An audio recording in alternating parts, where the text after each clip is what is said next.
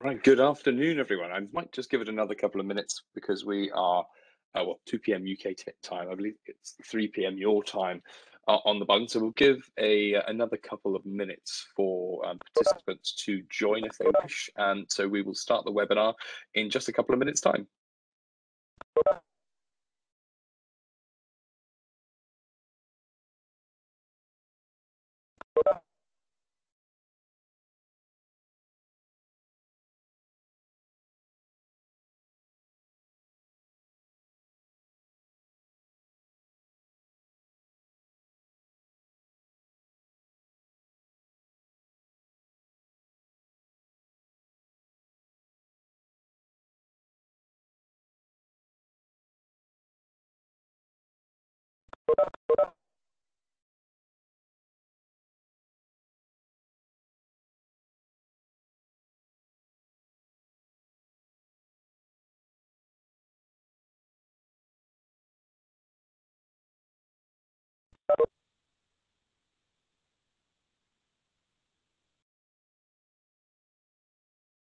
Great. Well, we seem to have had a number of people join, so we've given it another couple of minutes. So I think it's probably best if we kick off. So Good afternoon, everyone. My name's Philip Blake. I'm the Regional Director for EC Council, and I'm here today on behalf of GOPAS to give you a number of, to run through a couple of things, and mainly sort of around some of our blue team certifications.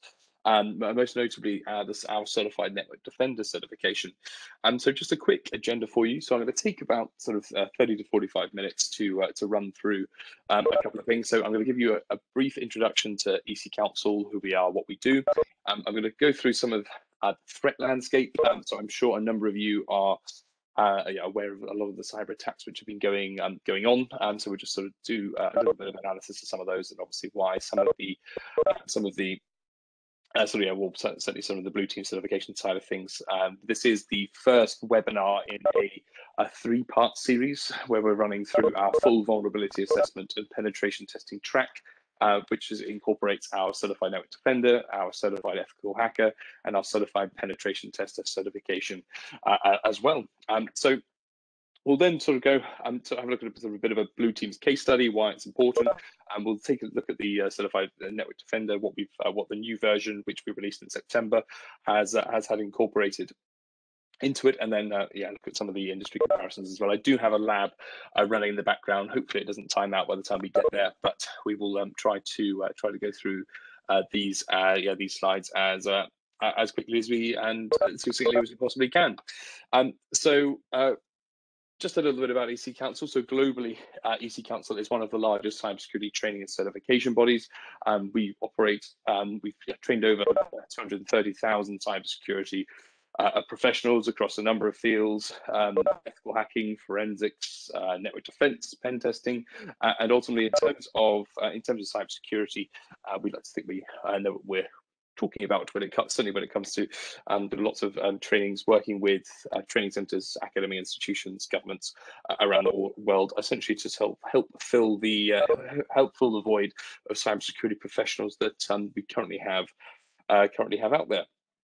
So enough about EC Council. We'll come on to a little bit more around the threat landscape. So unless you've been living under a rock, I'm sure you're all very aware of sort of the number of cyber attacks which have been going on. And actually, some of the more recent ones, certainly in 2021, they've grown in prominence and grown in importance as well. And something that we need to take into account. And I've got a slide of on some of those cyber attacks, but just to sort of focus on the general overview of some of where cybersecurity sits. So currently we are, if we take a look at sort of the analysis that has been done from the World Economic Forum and where cybersecurity is being featured, certainly for the last few years, cybersecurity has become more and more prominent. But in this particular year, it's the risk report which has come out from the World Economic Forum is it's particularly particularly interesting because the change in wording around so what used to be cyber attacks, what used to be data breaches, has now been termed as cybersecurity failure, which is obviously particularly interesting, considering that actually we're now sort of in an era where we're actually sort of seeing those systems completely fail. And if we take a look at sort of what is around that cybersecurity failure, we're looking at sort of all of those green elements, which is to do with natural disasters, climate change, etc. And obviously the one which is above, probably right at the top, is infectious diseases, which we're all probably a little bit sick and tired of hearing about with COVID-19 over the last and that pandemic over the last few years. But as such, and something also on that previous slide is that if we take a look at this in terms of sort of impact on weapons, in terms of weapons of mass destruction as well. And so essentially what we've seen is that over the last, since the last World Economic Forum report, that risk report, we've seen cybersecurity raise even further into prominence, and the likelihood and impact of cyber attacks increasing, and also the and also sort of in terms of the long-term, mid-term, and short-term effects. It's not just something which is going to be short-term. We are looking at sort of a potential physical damage, for example, to things like critical national infrastructure. Looking at industrial control systems, which is obviously something which has some of the more recent cyber attacks. Things like the Florida water poisoning, the colonial pipeline incidents which have occurred. Those sorts of cyber attacks have become more and more prominent. But just to sort of put in visualize this even sort of further, if we just take a look at some of the world's data breaches, these slides are from a website called sorry, excuse me. But ultimately, as we flick through these particular slides, we can see just how that impact has changed. So if we visualizing the data of how both the impact and the likelihood have become more and more prominent. So if we take if we were winning the war on hackers, the likelihood of cyber attacks would be decreasing, and the size of the impact of those cyber attacks would be decreasing as well. But as we flick through these particular slides, we can see that not only is the likelihood, which is sort of obviously denoted by the number of circles increasing, but also the impact in terms of this, which is denoted by the size of the circles, is increasing as well. So as we flick through towards where the data ends in this particular set of slides, 2017, we can see that we're obviously very much not winning the war with hackers.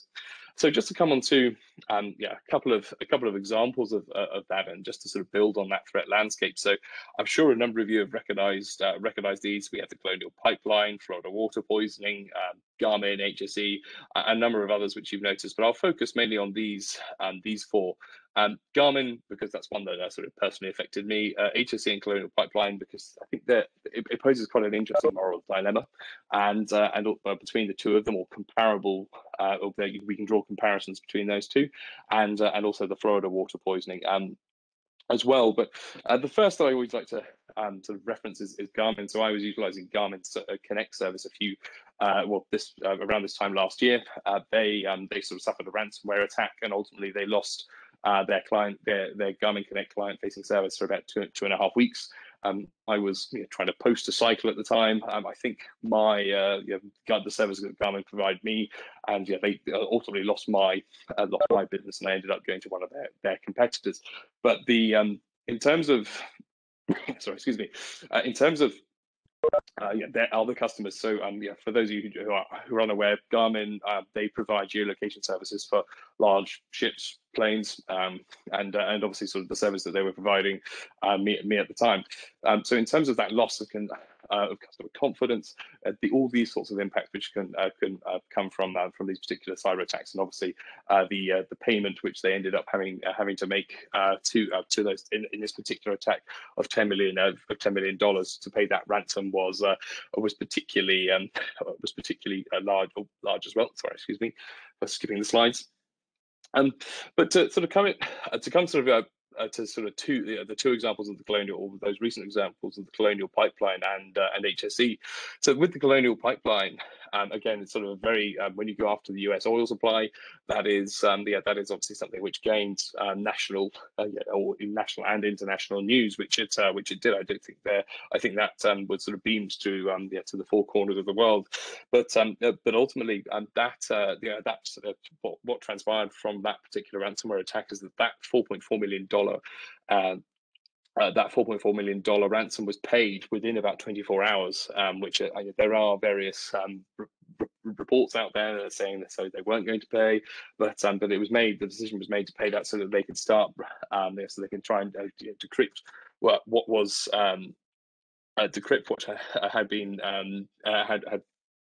had been encrypted, and ultimately start restoring the services. Something which they wasn't necessarily highlighted was actually because of the fear of physical damage from particular cyber attacks, they ended up actually driving the entire length of that pipeline. I think it's something around 11,000 miles or something to that effect. So it's the impact of these cyber attacks are becoming more and more sort of around into the physical. So if we take a look at, also if we sort of focus on sort of, or compare that particular example to what happened in Ireland, to the Republic of Ireland's healthcare service. So in that particular instance, it was made, the decision was made that under no circumstances would they pay the ransom. Now, the ransom they were asking for was reportedly around 16 million euros, so significantly more. But at the same time, how do you weigh up? How do you make the decision to pay or not to pay? So if you take a look at the various those two examples, so the US ended up, or that particular company, the Colonial Pipeline, ended up paying $4 million to, they obviously got US government backing after that, because when you shut off the East Coast supply of oil, it's a pretty significant attack on critical national infrastructure.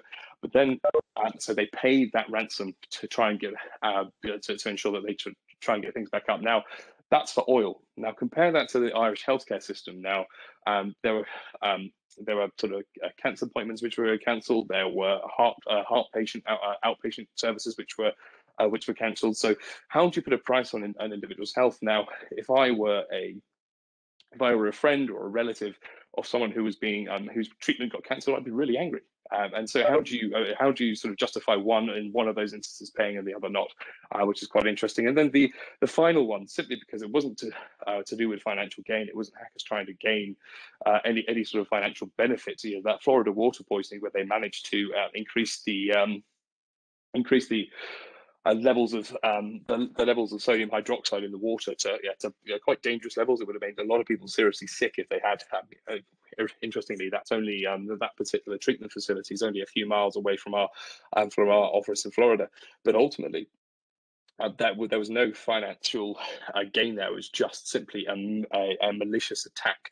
So on a nation state's population, which is relatively terrifying. That it wasn't just for they're not looking for financial gain. It was simply just to try and extort. To try and to harm a population. So as such, we're in this position. We're in sort of a position where we know that the threats are ever evolving. We know that the threats are becoming more and more sophisticated. So we have to ensure that we arm ourselves with the correct or have the right skills in place to mitigate against these cyber attacks. So what is blue teaming? So I'm sure a number of you on this call, maybe you're very IT savvy, maybe you already work within cybersecurity, maybe you're coming from a completely different background. So for the purposes of those individuals who may be not sort of up to date with what blue teaming is, blue teaming is essentially sort of the defensive side of cybersecurity. And some of the exercises that blue teams do, they are doing sort of preparation, identification, containment, eradication, recovery, all these sorts of elements. So the blue team is to ensure that there are a robust set of measures in place that networks are set up securely, endpoint security management is firmly in place, and ultimately to ensure that a strategy is in place to so that the cyber defenses and competencies of an organization are fully set up and able to be are in place to are in place to mitigate against these cyber attacks. But the thing is, we're blue teams. We're in a completely new, we're kind of almost in a completely new era of blue teaming strategy. So we'll come on to some of what is these mean, but we need a completely new set of skills as things have developed over the last certainly over the last few years. I think we can all say that COVID has very much accelerated organizations into transitioning things into a more virtual environment. So things around IoT, virtualization, cloud, all of these sorts of elements which have been factored in. And I'll go more in depth into these. I've got this slide, this exact same slide a little bit later on, but I wanted to come on to a little bit more of a case study of a particular event which could have been replicated, or could have been prevented from having a robust blue team or a robust sort of network strategy in place. So obviously, with these, all of this sort of brand new world of cybersecurity, we have all of these elements, and certainly something which with the two new features are certainly in the likes of EC Council courses. So with this, the likes of our Certified Network Defender, the threat intelligence, and the adaptive security element. So the predictive element of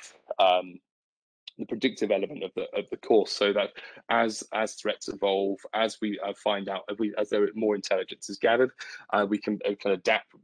Through that adaptive security, we adapt the strategy that we implement for the blue team side of things.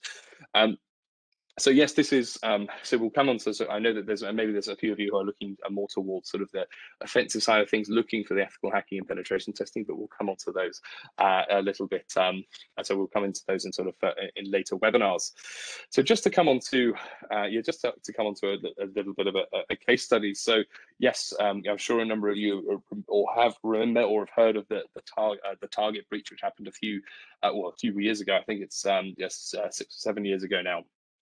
But ultimately, it's still old news, but very much a current problem.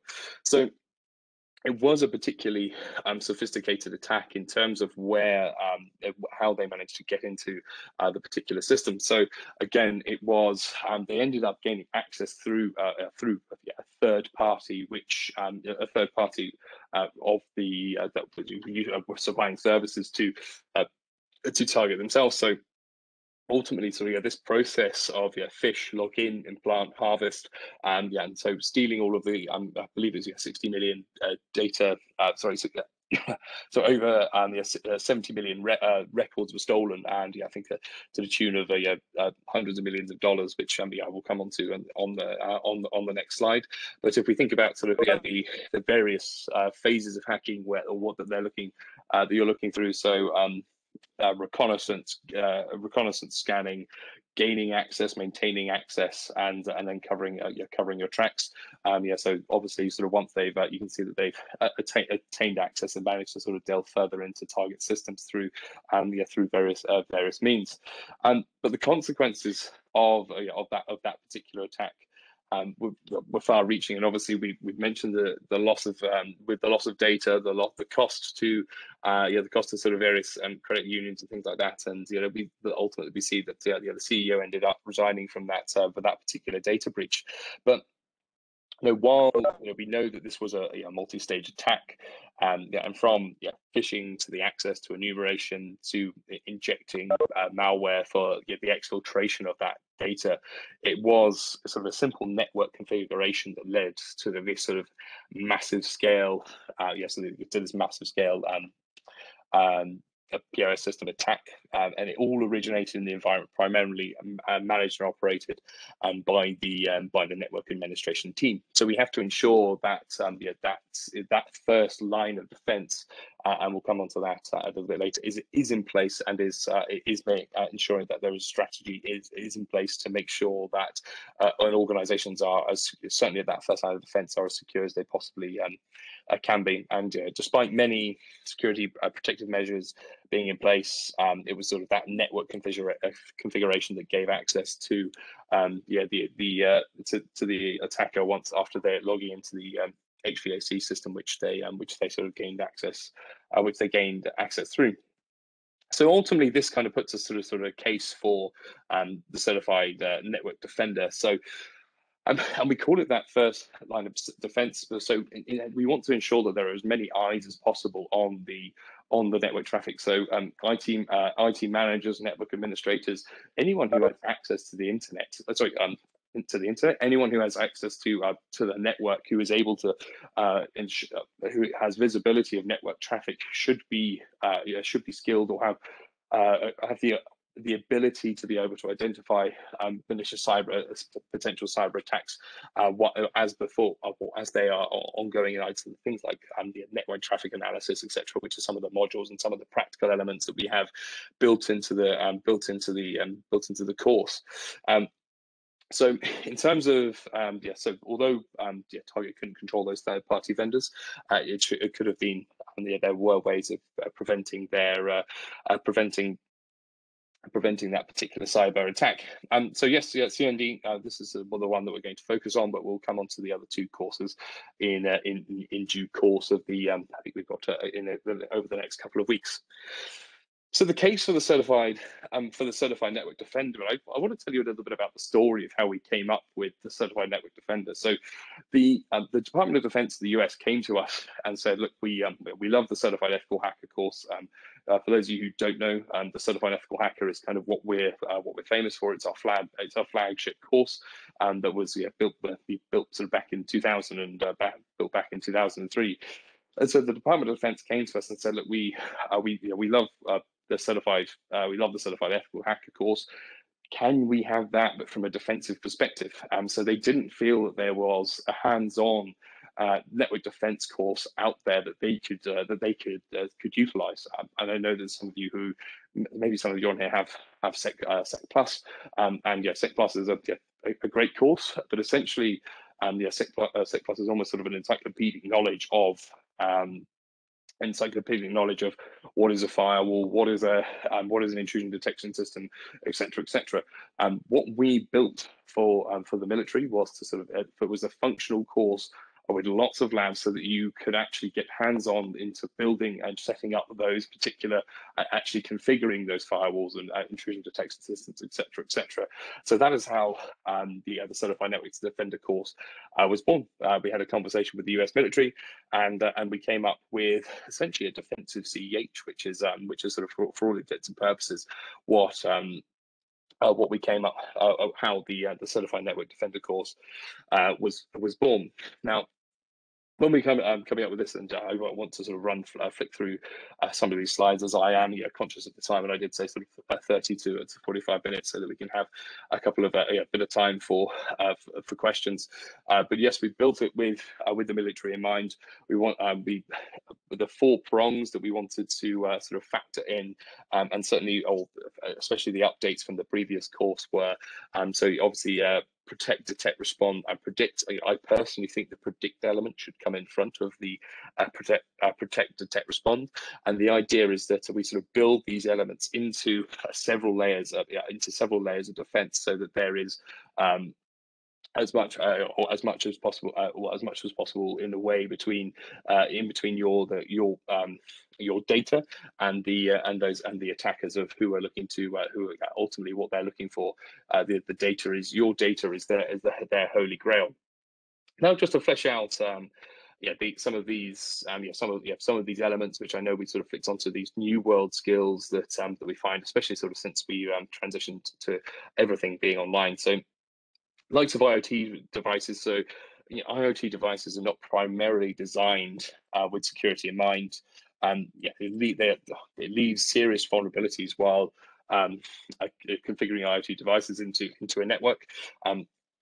So part of the modules of the course are introduce candidates to sort of various challenges with the IoT devices pose, and ultimately sort of how you can mitigate or measures that you can take to mitigate against those risks. Virtualization, so tracking security applications and configurations of remote work environments. As we know that workforces spanning across servers are very difficult. So part of what we've built in are things like network virtualization, software-defined network, network function virtualization, operating system virtualization, containers, Dockers, etc., etc. So the mobile side of things as well. So I think it was Gartner came up with or the research from Gartner that yes, mentioned that by 2021, 27% of corporate data traffic will bypass perimeter security and flow directly from mobile and portable devices to the cloud. So ensuring that sort of an enterprise mobile device security strategy is in place, and that you're able to sort of redefine access control and security, and other platforms are able to ensure that you have the endpoints of these things remain secure. And I think we're just with cloud, I know elements of the core which we're covering in the course, so AWS, Microsoft Azure, Google Cloud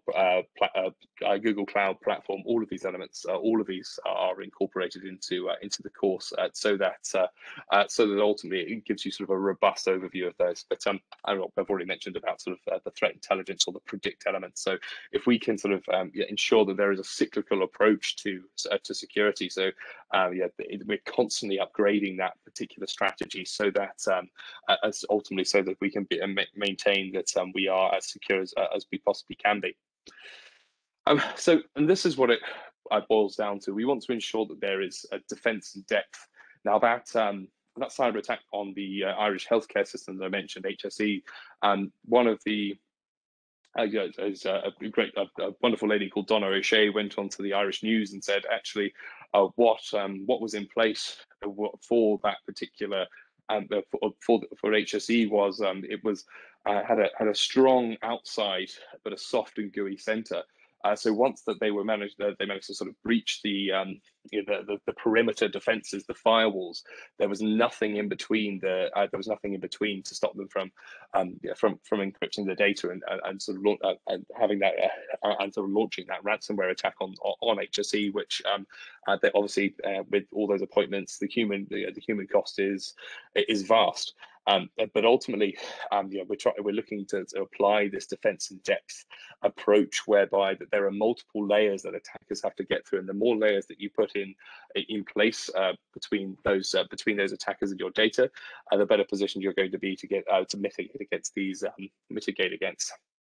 these cyber attacks. And what does it look like in terms of those that four-pronged model that we took in terms of predict, protect, detect, respond?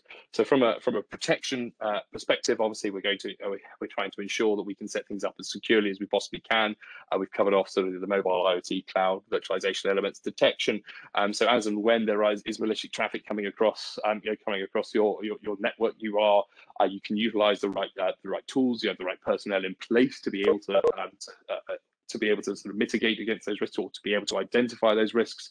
Responding, obviously we do have further blue teaming courses around sort of incident handling, disaster recovery, and things like that. But ultimately, an incident response, or having a response plan and strategy in place, is probably one of the most important things. So responding to incidents, and it doesn't necessarily, it incorporates everyone within the organization. Who are you escalating this to?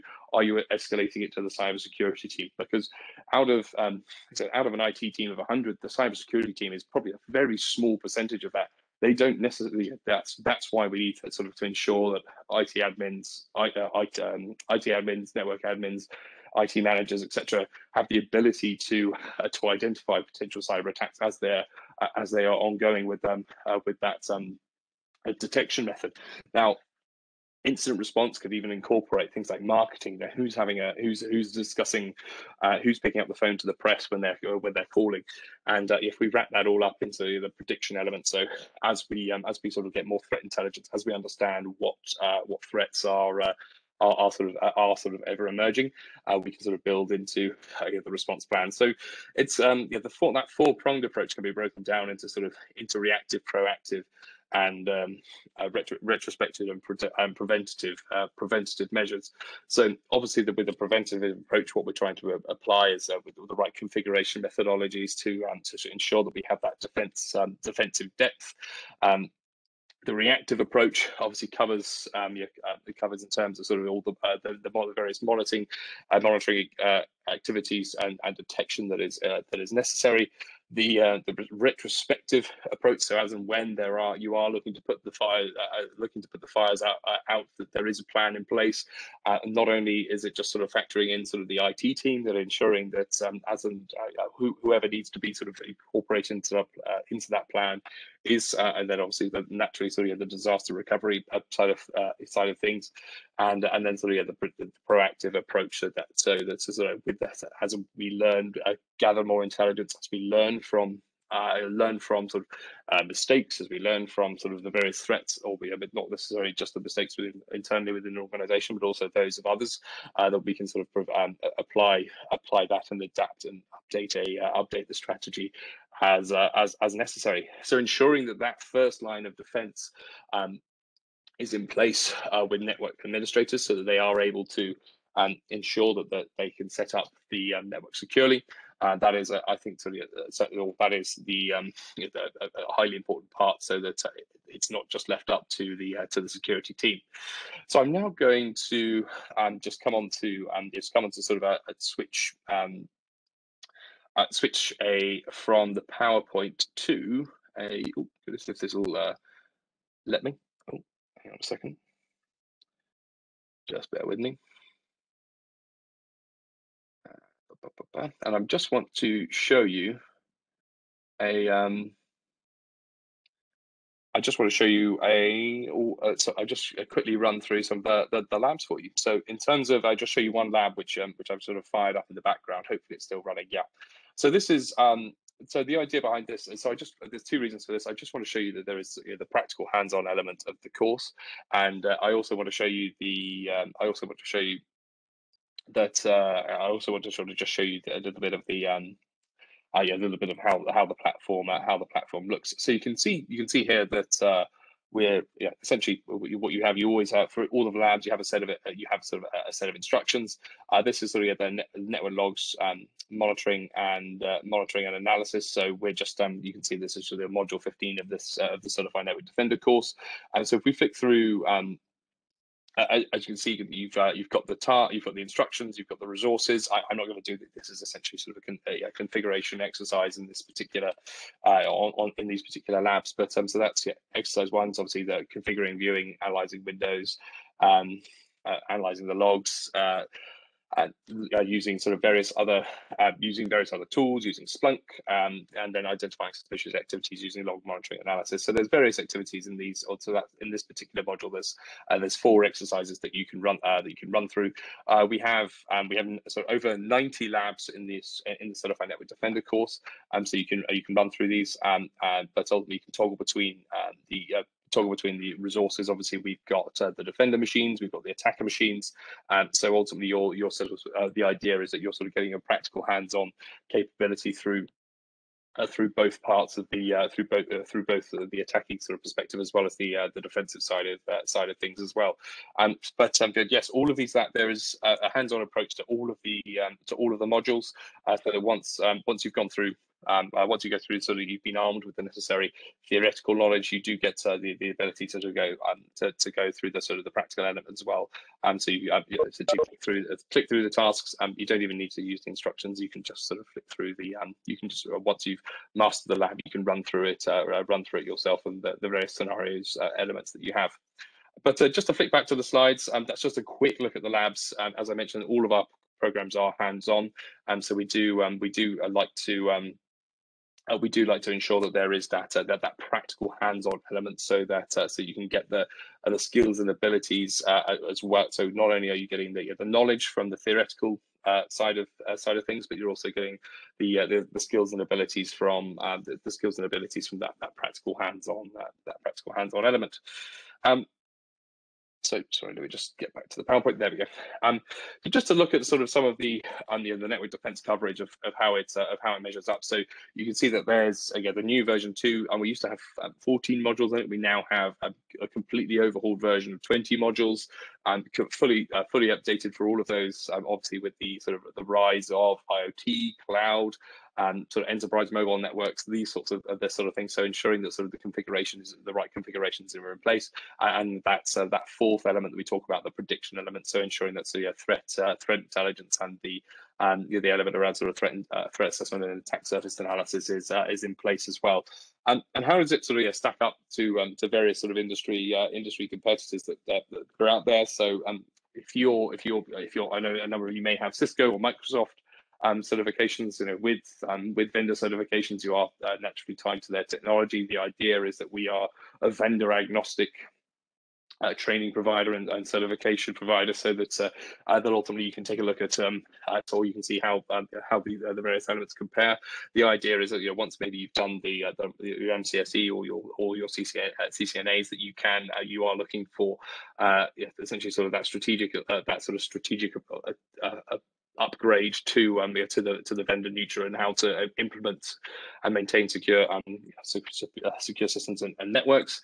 And so the final comparison across from the likes of from Sec Plus, because I know that there may be individuals who we mentioned sort of part of the reason that we built the course was because they wanted the US military wanted a practical hands-on element to the course, and just the sort of threat intelligence elements and the hands-on elements that we bring from the various other from across the various domains that we cover there as well. As a singular slide, or in terms of that sort of sums up all of this up, who the course is for, what it covers, etc. But I'll make sure that I share these slides with GOPAS so that they can sort of reach out to you and share them with you if they so wish. But in terms of sort of the next steps on from the likes of the Certified Network Defender, we do have a number of other blue team courses. I think it's I think evidence that the network security market is growing is very very evident. We're expecting to be 273 billion by 2027. And just to show you a case that in terms of sort of a full sort of certification pathway, if you are looking to go into sort of a instant handling down to the instant handling route, sort of once you've sort of mastered that core level of network defense, there are disaster recovery, SOC analysts, forensics, and threat intelligence courses, which could be sort of added to the blue team elements of what you're looking to run. So from my perspective, that's a very, very quick intro to the Certified Network Defender. I've managed to keep it sort of spot on between 30 and 45 minutes. If you have any questions or queries, I'm not entirely sure how the question side of things works on here, but hopefully I can. Hopefully, if I can see them, if there are any. If not, please do reach out to me directly, or please do reach out to your relevant rep at GOPAS so that they can have a conversation with you. But if there's no questions, thank you very much, and hopefully we will see some of you on our courses very soon.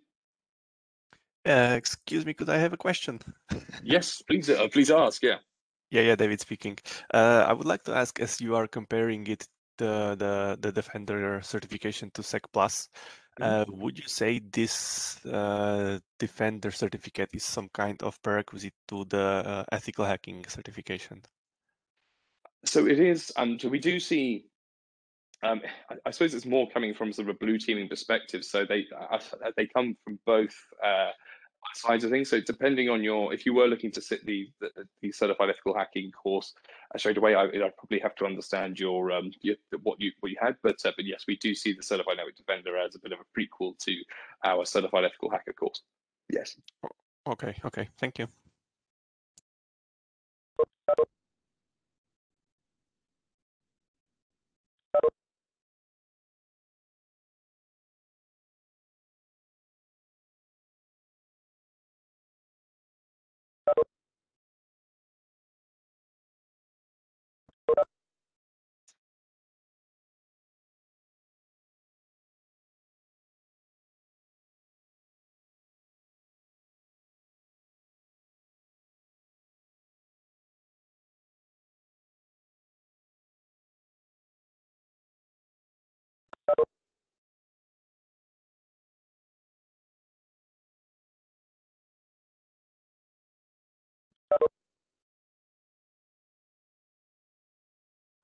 Okay, everyone, I can't see any more questions, so I think it's probably best to end the webinar there. Thanks very much. Okay, thank you very much. Take care.